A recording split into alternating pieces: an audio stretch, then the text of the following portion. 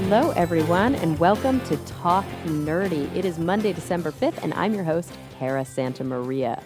So we're approaching the holidays now, and because of that, I want to do things a little bit differently here at the top of the show. I will let you know that my guest this week is an incredible author. Her recent book is called The Glass Universe: How the Ladies of the Harvard Observatory Took the Measure of the Stars. She is Dava Sobel, and we will be chatting with her in just a bit. But before we do, I want to thank those of you who made Talk Nerdy possible this week by pledging your support through Patreon or PayPal. We have a couple of big supporters on PayPal this week, so I want to thank David R. Hepburn and Diane Adams for your support. And then over on the Patreon portal, so many P's, very alliterative. Remember that you can visit patreon.com/talknerdy or just visit my website, carasantamaria.com, and click through to the links to pledge your support. I want to thank Phil T-Bear, Timothy Glover, David Laser, welcome to the group, Jeffrey Perez, Ron K. Noblock, Pedro M. Rosario Barbosa, Stuart Ogg, The Honorable Husband, Charles Payette, Jafe, Gabriel Felipe Jaramillo Gonzalez, Brian Holden, and Jeffrey Sewell. You guys, you're so incredible. You make Talk Nerdy possible each and every week. Okay, without any further ado. I got an email from somebody saying that it was annoying. No, it was in my feedback that it's annoying that I always say without any further ado. So I'm going to retract that and say, without taking up any more time, let's jump into the episode. Dava Sobel is an incredible science writer, and she's written for like every outlet you can imagine, including the New York Times, the New Yorker. She had a staff position at Cornell. I mean, gosh, she's just incredible. And she's written a whole bunch of books. You may have read Longitude or Galileo's Daughter or The Planets. And The Sun Stood Still, Even a More Perfect Heaven.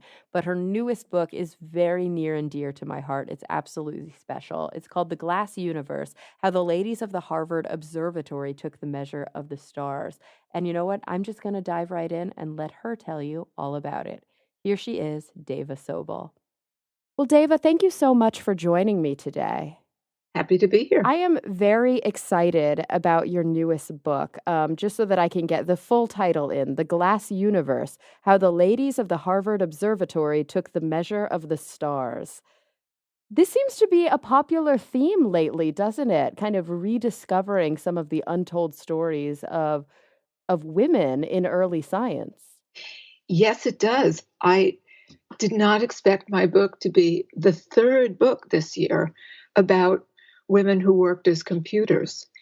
But my ladies are different from the ladies in The Rise of the Rocket Girls or Hidden Figures, because they weren't just computers.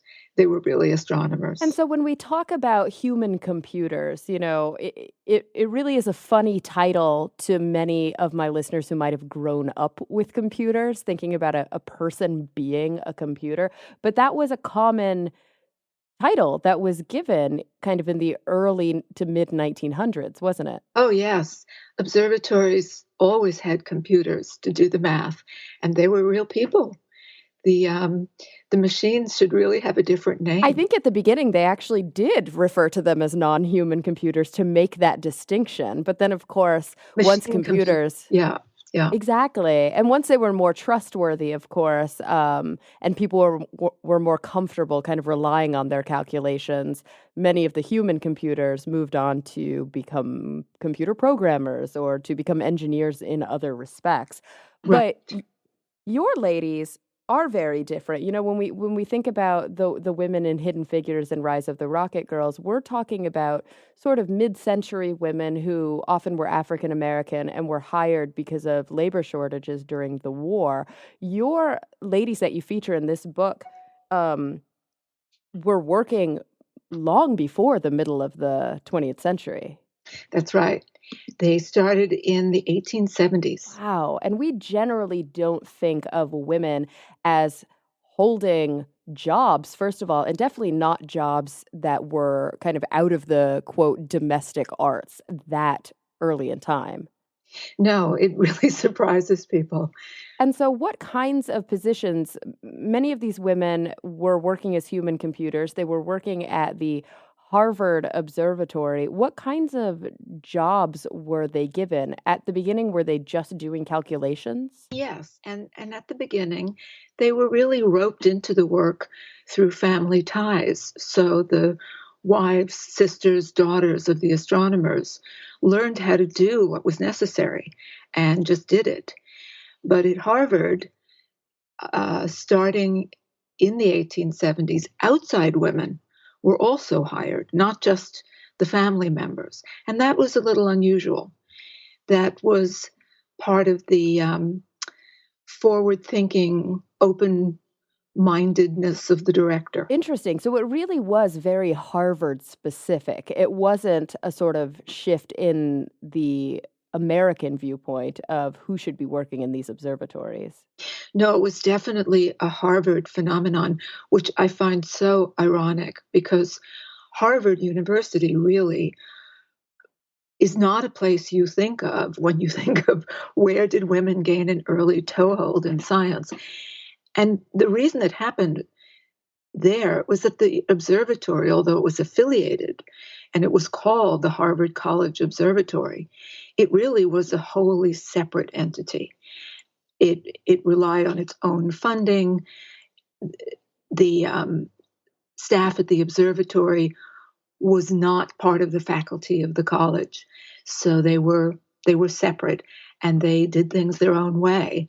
And hiring women and promoting them to positions of importance was very much a feature of the observatory, not the university. Ah, interesting. And so I'd love to kind of take a step back before we dive into these wonderful stories and ask you personally what it was about this historical time, what it was about these women that captured your imagination so and made you want to write this book. The first inkling I had about this story came from, excuse me, came from astronomer Wendy Friedman. I was interviewing her, this must have been 20 or 25 years ago, when she was in charge of one of the Hubble telescope key projects for determining the expansion rate of the universe. And she Mm. mentioned the name Henrietta Swan Leavitt, a person who lived from the late 19th to early 20th century. She died in 1921. And this woman had made a discovery that made it possible to measure distances in deep space. You know, of course, when you look up at the sky, you really have no way of telling what's near, what's far. And for a long time, no one had a way. Hmm. But that discovery was pivotal. And so the fact that a highly placed woman astronomer was mentioning a woman from long ago who had made a fundamental discovery towards research that is ongoing today, that definitely got my attention. And when I went to look at Miss Leavitt, I discovered she worked in a room full of women, and they were all doing various research projects that were all really important. And of course, this story is not the first story that you've told in text. You have been a science writer for quite a long time. Yes, yes, I have. And it's been my pleasure and good fortune to be able to tell several really engrossing stories that were completely engaging for me to research and I write. do notice a theme in a lot of your writing. I would say more your book writing than some of your freelance work or your staff work, that you do tend to focus on astronomy and you do tend to focus on astronomy with a strong kind of historical bent to it. Yes, that's what I'm most interested in. So that is a kind of a personal choice. It's just when you are doing your research and following, the leads that most interest you, that's where your mind goes. Yes, and it's surprising to me because when I was a student, I didn't think I was interested in history at all, and it's become something I enjoy to a great Did degree. you always know that you were interested in science?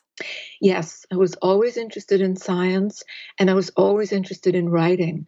I just didn't know that you could put them together. When I was in school, in high school and college in the 1960s, science writing was not really a popular designated career choice. Mm. And I just didn't think there was a union. I thought it would be a choice. And I was happy to discover at my first newspaper job that I could actually write about science. And I've been doing more or less the same thing ever since. And you've written for, some major outlets throughout your career. You've worked at universities, you've also worked at the New York Times, and of course, as a freelancer, you've contributed pieces to, wow, The New Yorker, Audubon, Discover, Science Digest, many, many popular science outlets. Did you enjoy your time more when you were on staff or when you were doing your freelance work? I enjoy the freelance work more. I used to say, after you've said you're a reporter for the New York Times, it's all downhill from there. It's really a very high pressure situation. Mhm. Um, the deadlines, the attention that comes to a person writing for that publication. And at the time, um, I was assigned to a beat. Almost everyone in the science news department had a particular beat. And I was given the beat of psychiatry and psychology, for which I was not really well prepared.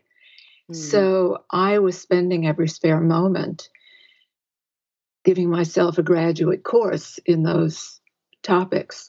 So I found the whole experience stressful.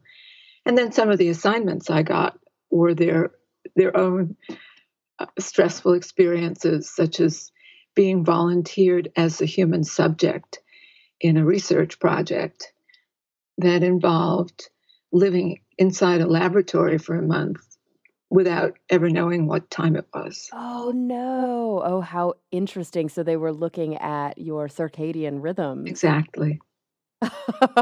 Was it fun or was it just wholly frustrating and kind of It was stressful? unique.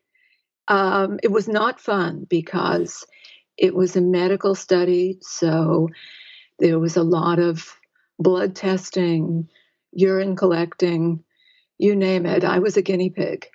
Mhm. And so, no, it wasn't fun. But at the same time, it was such an unusual experience. And as a person interested in science, I, of course, loved the fact that I was becoming a data point that was perversely appealing to me. I love that. And so obviously you've been your own data point, but with many of your long form works, your books, you focused on data points that are mostly in the heavens. And so coming back to your newest book, The Glass Universe, what does that title refer to?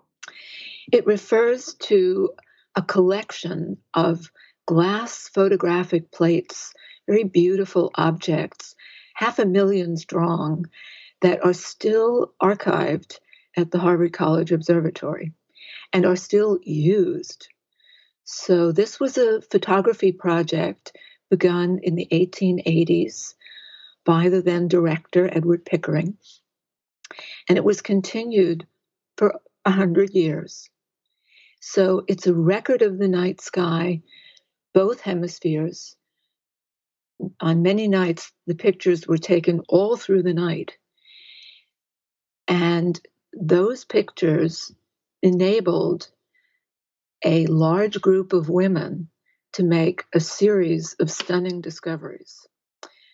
And so the book is about the plate collection, but more about the humans who used the plates. So these glass plates were kind of an early form of some of the computational data that astronomers can now get. So the telescopes oftentimes now are computerized or at least connected to some sort of data collection device. And they're able to then go through these files and make really, really precise measurements. But back then, they were really just taking photos. They were taking photos of the capturing of the night sky and sort of I guess developing them on glass. Right. And so the photos were of several types. There were certainly pictures of the heavens as a way to determine which stars were where. That was very important for navigation. But there were also pictures that were taken not only through the telescope, but through a prism. So the starlight was spread out into spectra. And from the patterns in the spectra, the women were able to develop a system for classifying the stars. So this was some of the earliest spectrophotometry. Exactly. And being able to look at the spectra of stars, meaning, the rainbows, I guess you could say that they put off Yes, but rainbows in black and white. Rainbows in black and white, exactly. You're able to, through a lot of kind of genius thoughts and calculations, determine some of the chemicals that those stars are actually putting off. Yes, by looking at the patterns of lines in the spectra, it was possible to identify particular chemicals. But it was also a question of looking at the overall pattern of the lines and trying to envision groups of stars. And at the time, there was also a sense that those patterns might mean any number of things, not just chemical content, but temperature, evolutionary stage in the life of a star. Nobody really knew at the beginning. It was very much a personal judgment. Okay, I'll start with this pattern, these prominent lines, and I'll call these group A. And then if the lines look a little different, I'll call those group B, and we'll see how far we get. Wow. So the quantitative techniques were being developed, but what those quantifications, I guess you could say, what those actual numbers meant, what the spectra referred to was sort of a detective game at that point. Yeah, it was still open what the significance would be. How fun. I mean, how probably incredibly painstaking and oftentimes very frustrating, but how wonderful to be on the brink of such major discoveries. Yes, and the women who took these jobs really loved what they were doing. They knew how important it was. They knew the opportunity that had been offered them, and they ran with it. So even though they were hired as human computers, in essence, they really were working as astronomers and astrophysicists. Yes, and their work attracted a lot of attention. So one of the women, early on in 1899, she was named the curator of these glass photographs. And the curator position was considered an office in the university, not just the observatory. So she was the first woman to have a Harvard University title, which was a Wow. landmark event. Did they face a lot of resistance within Harvard itself? Well, they didn't have to deal with Harvard itself too much. Mhm. Mostly the director was the buffer. He went to the university. And at that time, for that appointment, the president of Harvard, who was Charles Eliot, went along pretty much with whatever the director said. Later, when Eliot was replaced by Abbott Lowell, there was a different attitude about women. And even the successor to the first one's title, it was suddenly no longer a university position, but just became a matter of observatory business. So their fortunes rose and fell with the attitude of the university administration. But at the same time, the money for the projects, again, the observatory was responsible for raising its own funds. So the money for this enormous photography project came from a wealthy widow whose husband had been an avid amateur astronomer. She had been his assistant. And just when he got his affairs in order so he could devote himself full time to this work, he died. And she was not only heartbroken, but frustrated that this work wasn't going to be done. And so she gave Harvard the money to do the work. And it was a lot of money every year. She gave them more than their annual budget every year. And then she left them some more money in her will. Wow. So not only was the work done by women, it was financed by women as well. Yes. And then another woman came along and just wrote them a check for $50,000 to build a big telescope in the southern hemisphere. Because if you want to really capture the night sky, you have to do it from both hemispheres. Wow. So I'm looking at some of the beautiful plates that are printed in the middle of the book with, some images and some early kind of hand calculations. And there's a couple of wonderful portraits of the female staff at the time. I don't know much historically about dress or about culture or about kind of societal ranking. But looking at these images, I'm wondering, were these women mostly society types, or were they poorer women, or did they come from all walks of life? They were certainly not society types. Those were the donors. The Hmm. women who gave money were at the peak of New York society. But working in the observatory, many of them were working because they had to. The one I mentioned earlier, who was the first woman to hold a title at Harvard, she was a Scottish immigrant. She had originally been hired as a maid, but the director realized how intelligent she was and put her to work in the observatory. And she helped develop the classification system. Her name was Williamina Fleming. And others who came in were people who had held secretarial jobs in Boston, in and around Boston. But starting in the 1880s, the new women's colleges provided a stream of qualified graduates who really had a background in astronomy. They weren't just good at math and ready to learn something new. They knew how to use a telescope. So the director was happy to have them. And that created a change. And then people on staff at the observatory began offering practical astronomy courses at Radcliffe. So women could come and study, and then the promising students could be offered jobs in the observatory. Isn't it funny how sometimes with progress, especially when we're talking about gender equality, ethnic equality, um, there's sort of a two steps forward, three steps back theme that we often see, where certain groups of people will be embracing, will be forward thinking, but then institutions are sometimes a little bit behind, or a certain institution is forward thinking, but there's still resistance in other aspects of society. When we think about training opportunities for this women, I can only imagine that many women actually went to school.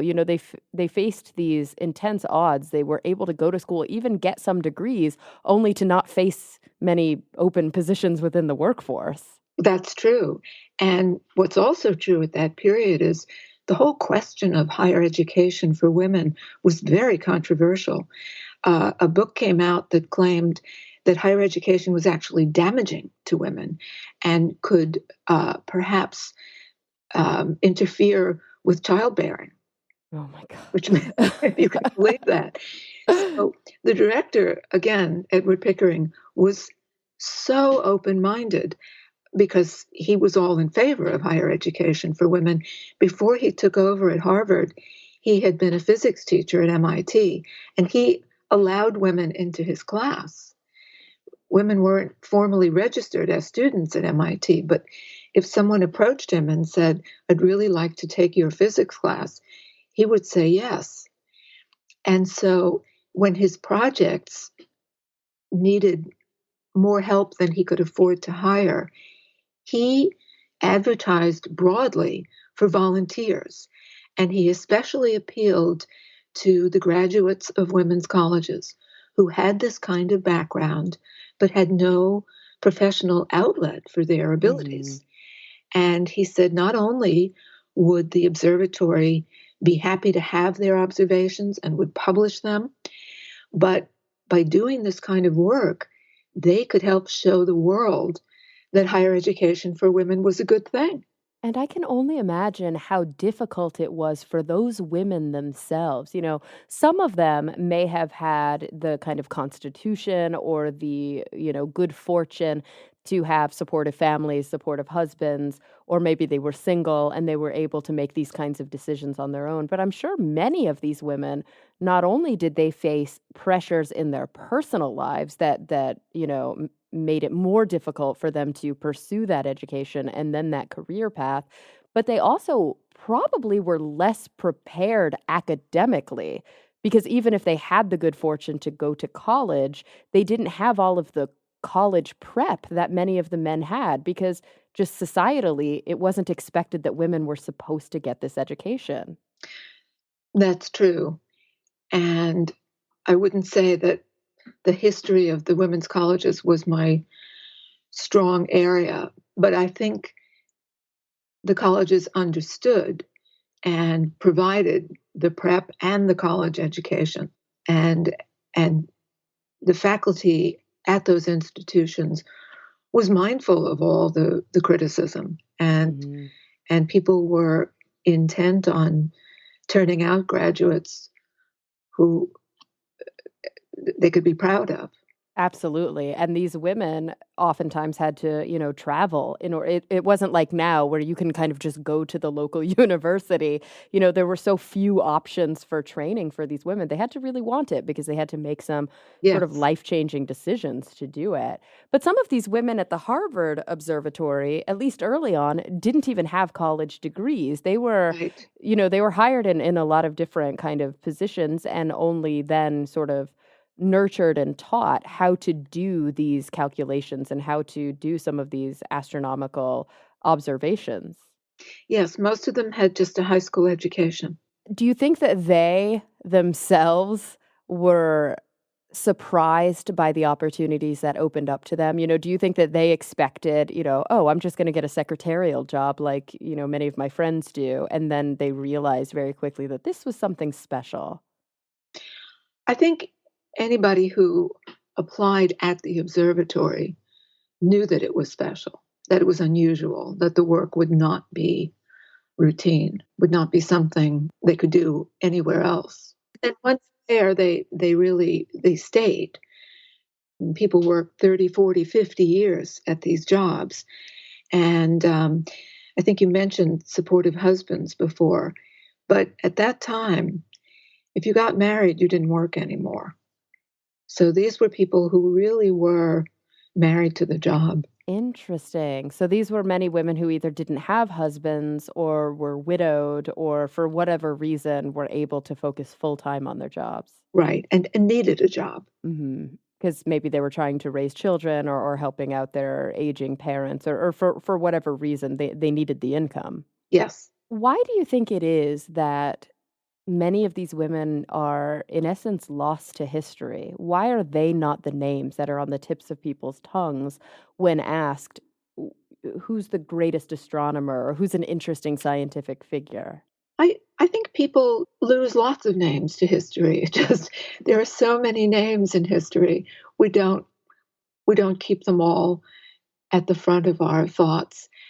Um, these women perhaps deserve better than they've had, but astronomers always know the names. This story is known, at least in a skeletal form, to anybody who has studied astronomy at all.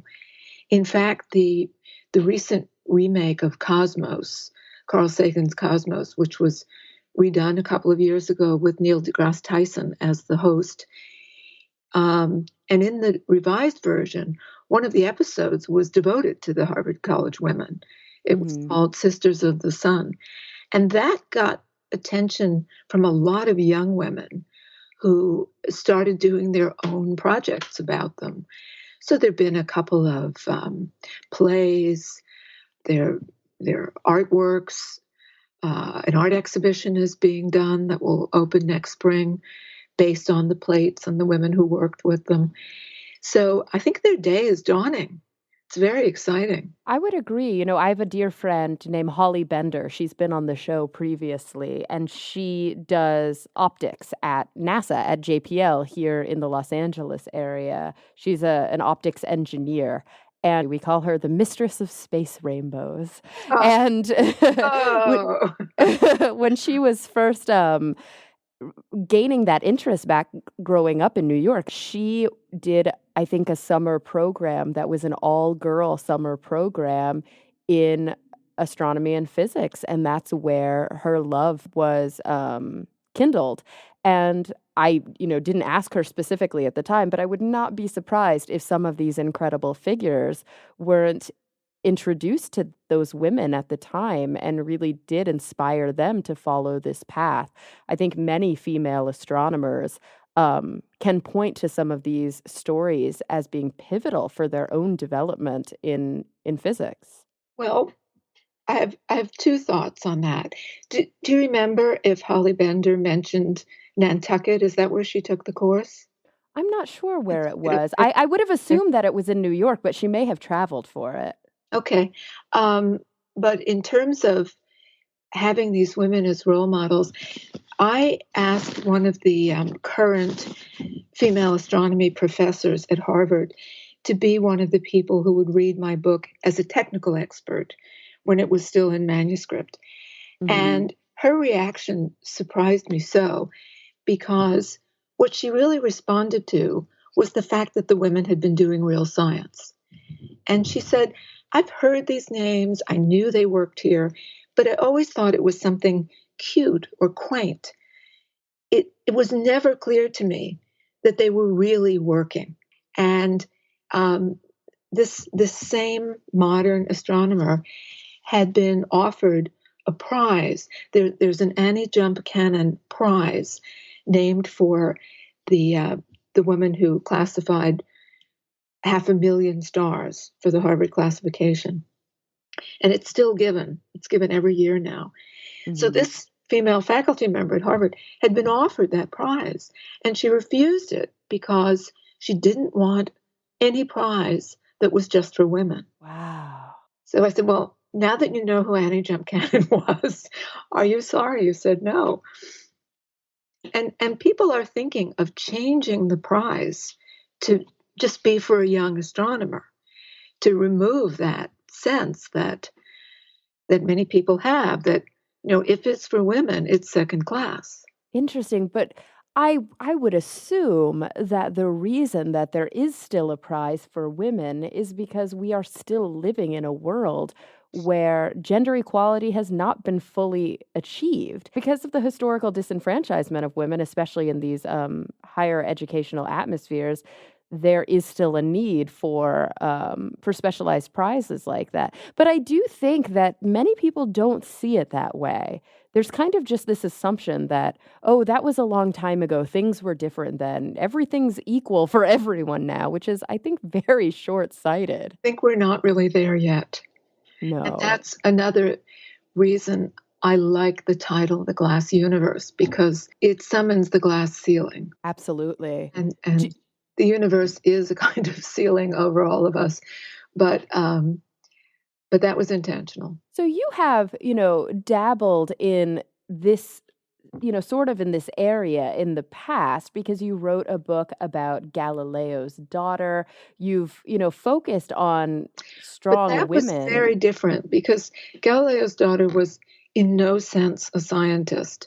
Mm, What was interesting to me about her was the fact that she was a nun. And people tend to think, or I had been taught to think of Galileo as an enemy of the church. yeah. And so when I learned he had two daughters who were nuns, I thought, so they taught me something that doesn't sound right here. And so that was the impetus for that book. And yes, she was strong. She was a wonderful writer.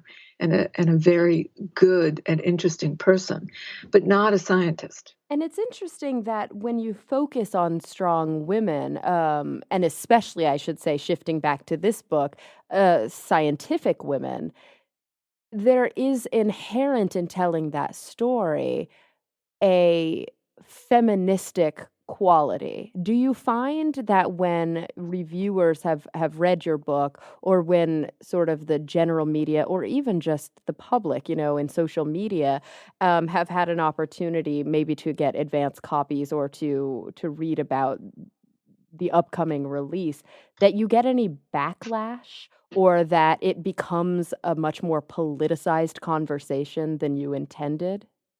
No, that hasn't happened at all. I think partly because it's really not a chip on the shoulder story. Mhm. These women were given a great chance, and they got worldwide recognition for what they did in their own lifetimes. Two of them were made foreign associate members of the Royal Astronomical Society. They got honorary degrees. So there was no sense of, gee, I'm toiling away here and I'm earning nothing and nobody's paying Mhm. attention to me. No, it wasn't like that at all. And um, as the years went by, and the women's program at Harvard became a model for an educational program for the university, all the early graduate students had to be women because the only funding available was for women. And so Oh, wow. the first Harvard PhD in astronomy was a woman, and she went on to become a full professor and chair of the department. So again, it's not a chip on the shoulder story. Wow, I had no idea. That's fascinating. Yeah, the education part was the biggest surprise to me in the course of research. You never know what you'll find when you start out. But after Pickering died in 1919 and a new young director took over, his name was Harlow Shapley. He really wanted to have a program in graduate astronomy education, graduate level program. And the only money the observatory controlled for bringing in students was a fellowship for women that had been Mhm. contributed by another wealthy person interested in the women's work at Harvard. So he looked for graduate students from the women's colleges. And it was another 3 years before he could also have money to bring in male students. But by then, the That's first PhD had gone to Cecilia Payne. that's so interesting. It kind of blows my mind that it just sort Good. of happened to be that way, Yeah, yeah. It sounds like that really kind of caught you off guard as well when you were digging through some of the research. Yes, it did. So, I have to ask, you, first of all, what did you study in school? Were you always into journalism? Was that kind of your first love? No, I was never a journalism student. I didn't even read the newspaper when I was in school. Um, so uh, I I always say life is just a long experience and on the job training. So no, but I was, as I said, I always loved to write. But what I loved to write were term papers, Mhm. and people sometimes say to me, I would hate your job. It's like writing one college term paper after another. And I say, yes, that's really, that suits me just fine. So, in answer to the question, what did I study? I studied everything because since I didn't know how to put science and writing together, which seems so stupid now, but so I would switch. I, I was an English major for a while. I was a science major. I was a theater major.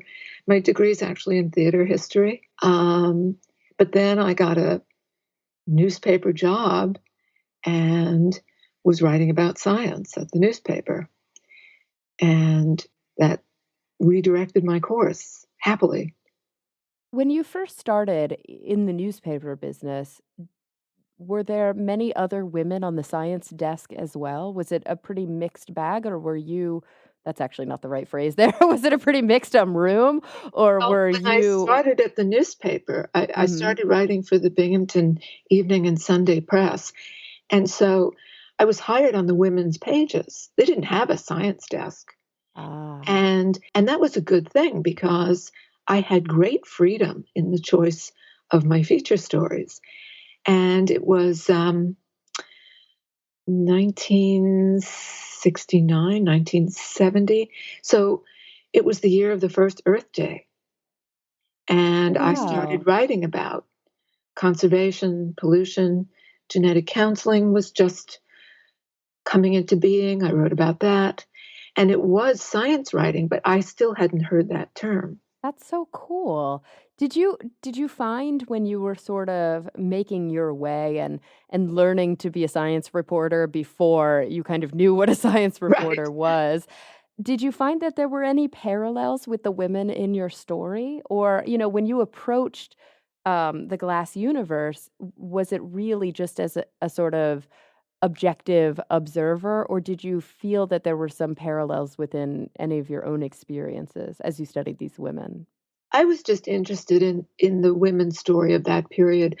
I was really very fortunate in not encountering any kind of prejudice as I came up through various jobs.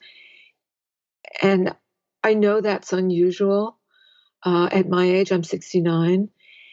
So I'm of an age where I should have encountered all sorts of roadblocks, Mhm. but I just didn't. So I wasn't really looking for a feminist story. I just Mhm. knew about these women and I knew that this was a great story. Before anybody starts to tell it, it just has all those marks. It's unusual. They were in on the dawning of modern astrophysics. The things they did have had value that is still of value today. So everything about it is interesting, surprising.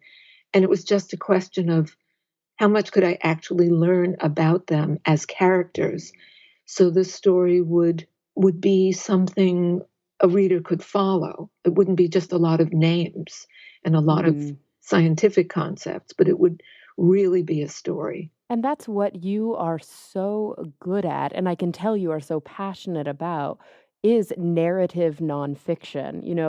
Writing in such a way that we as the reader can be learning about science and learning about history, but it really is just reading a book, reading a wonderful tale. Thank you.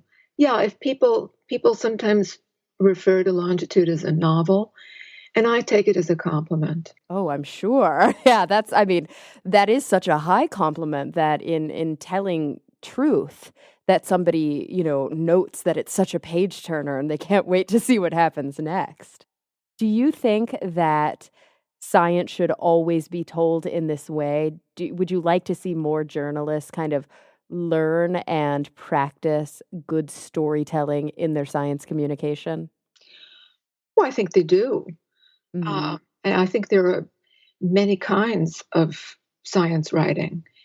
And I think scientists themselves are under a lot of pressure to to be storytellers. And that's not always the right thing to ask of them. I think there's room for many types, and there are many tastes in reading to be satisfied.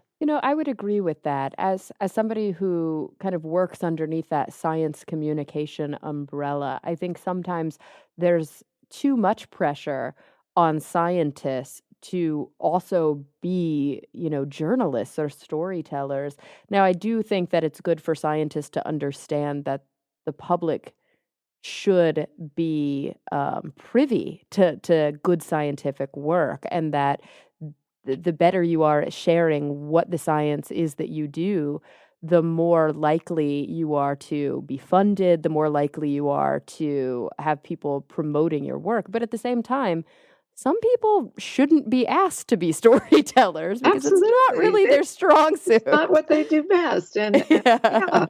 And when I worked at Cornell, that was my job to write about what different scientists were doing, because the university felt that the publicity improved their chances of getting grants for scientific research. And Cornell really got it, I think, in a lot of ways. They were ahead of the curve, probably because of Carl Sagan.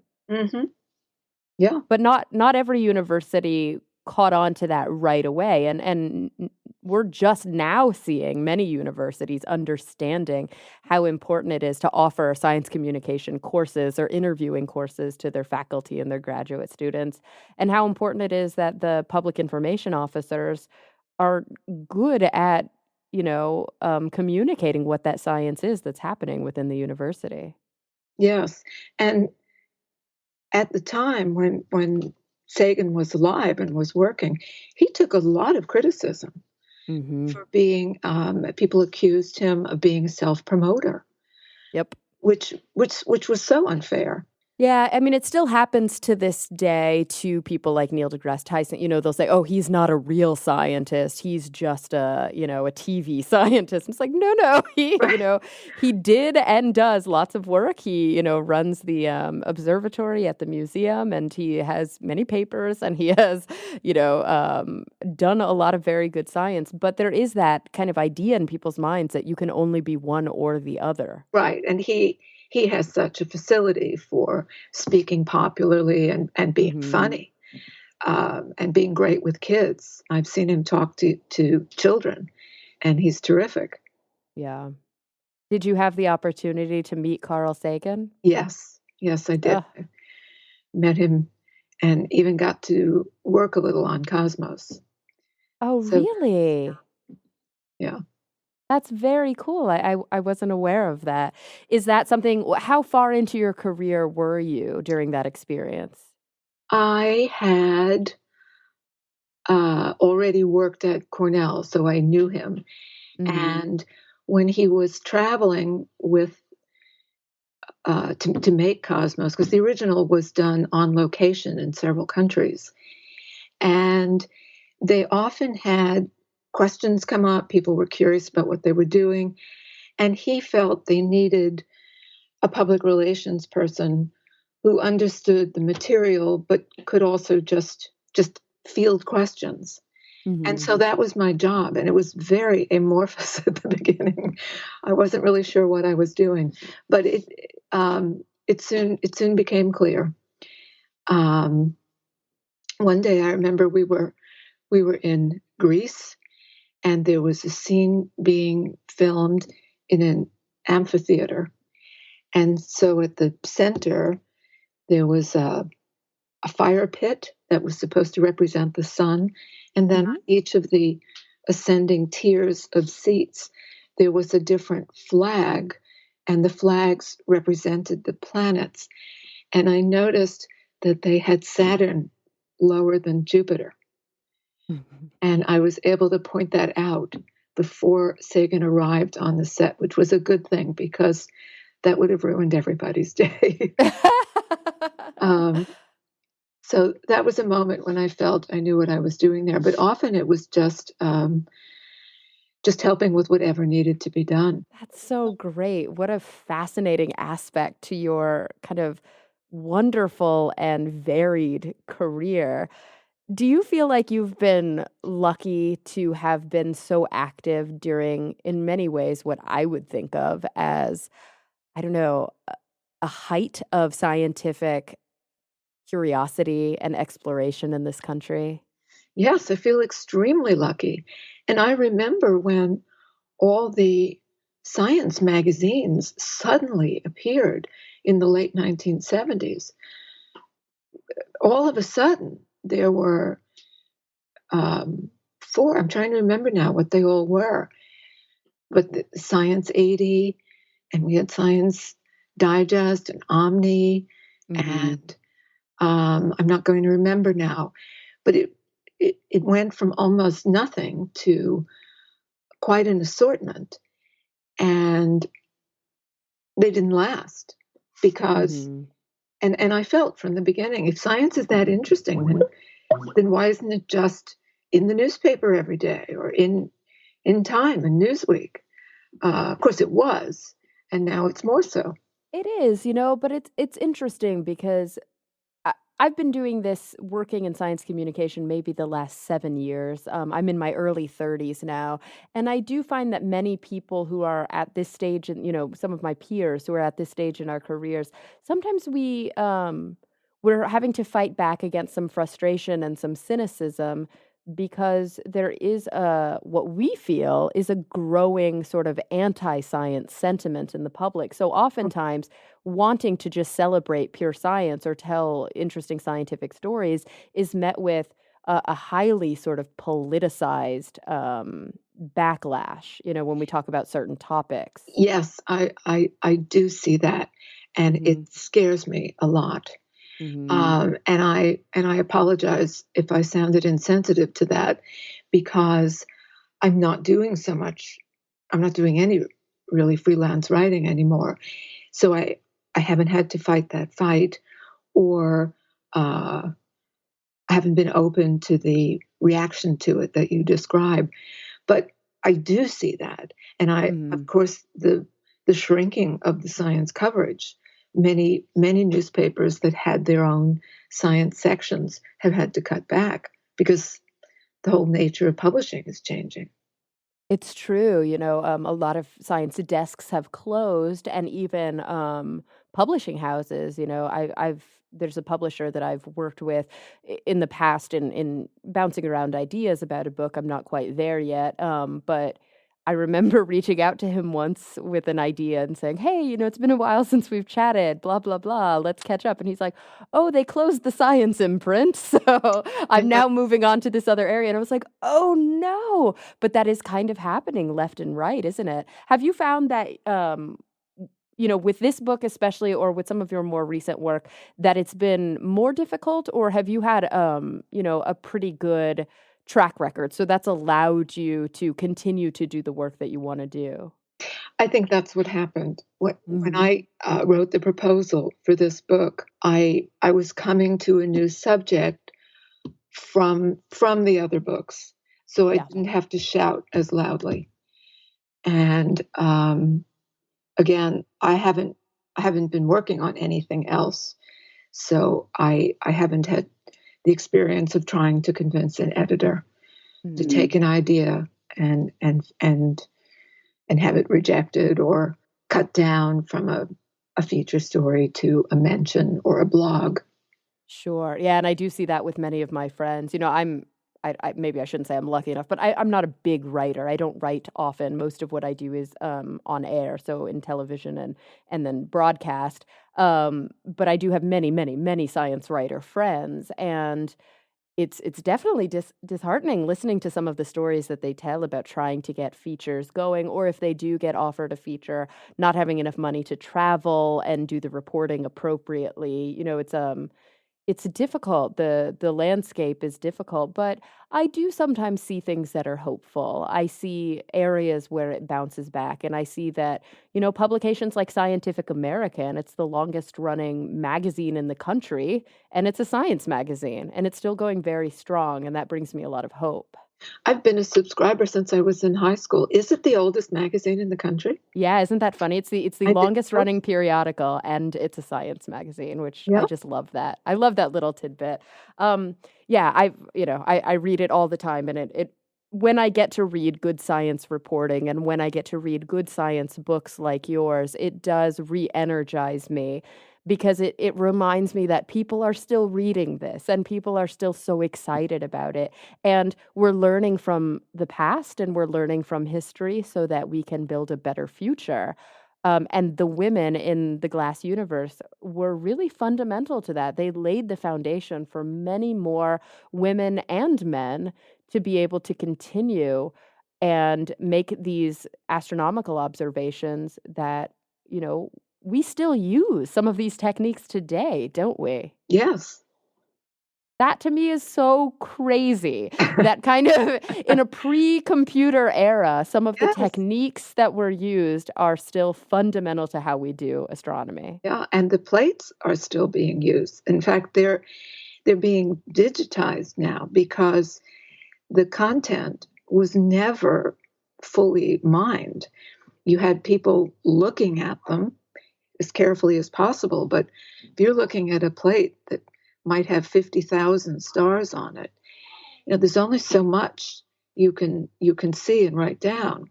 Mm-hmm. So the digitization project has been underway for 10 years now, and I think it's only about a third of the way through. And part of the value of it is having the plates online, so people don't have to travel to look at them or handle them because, of course, they're fragile. Mm-hmm. And the other advantage is that people can check back if a new object is discovered.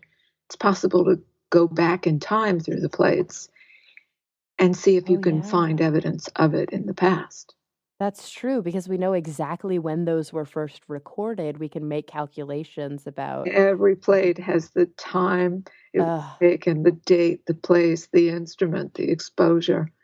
That's so cool. And it allows for this sort of open source, open access, even potentially citizen science Yes, there component. is citizen science because the logbooks that match the plates, those are being digitized, and that's on a crowdsourcing platform through the Smithsonian Institution.